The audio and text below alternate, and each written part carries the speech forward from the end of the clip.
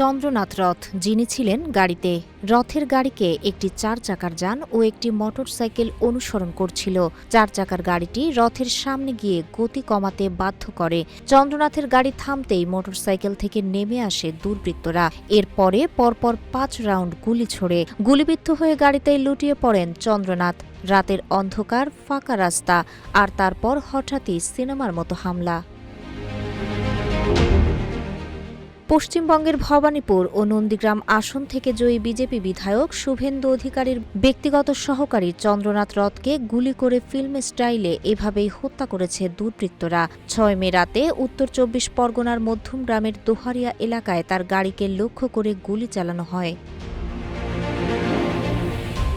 জীবন অবাক না করলে কে করবে? 28% মিল্ক ফ্যাটের অবাক করার সাথে ফ্রেশ মিল্ক পাউডার। জীবন অবাক করুক প্রতিদিন।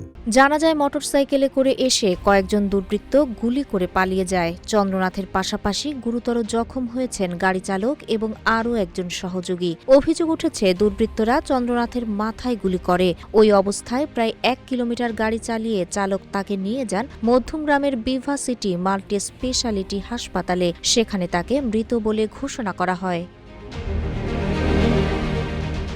চন্দ্রনাথের ওপর গুলি চালানোর খবর পেয়ে রাতেই হাসপাতালে ছুটে যান শুভেন্দু অধিকারী সহ রাজ্য বিজেপির শীর্ষ নেতারা। দলে দলে জমায়েত হন কর্মী সমর্থকরাও। ছুটে আসেন রাজ্য পুলিশ প্রশাসনের শীর্ষ কর্মকর্তারা।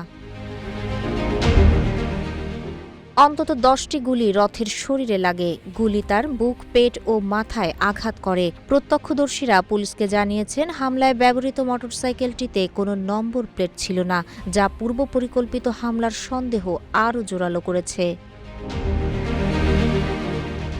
এই ঘটনাকে পূর্ব পরিকল্পিত হত্যা ও ব্যক্তিগত ক্ষতি হিসেবে উল্লেখ করেছেন শুভেন্দু অধিকারী। তিনি বিজেপি কর্মীদের শান্ত থাকার আহ্বান জানিয়েছেন এবং আইন হাতে না তুলে নিতে কর্মীদের অনুরোধ জানিয়েছেন। এই হামলার পেছনে তৃণমূল কংগ্রেসের সাধারণ সম্পাদক অভিষেক বন্দ্যোপাধ্যায়ের ভূমিকা রয়েছে বলে অভিযোগ করেছেন বিজেপির এক নেতা। তবে তৃণমূল কংগ্রেস এসব অভিযোগ অস্বীকার করেছে। তাহের আক্তার, রূপালী বাংলাদেশ।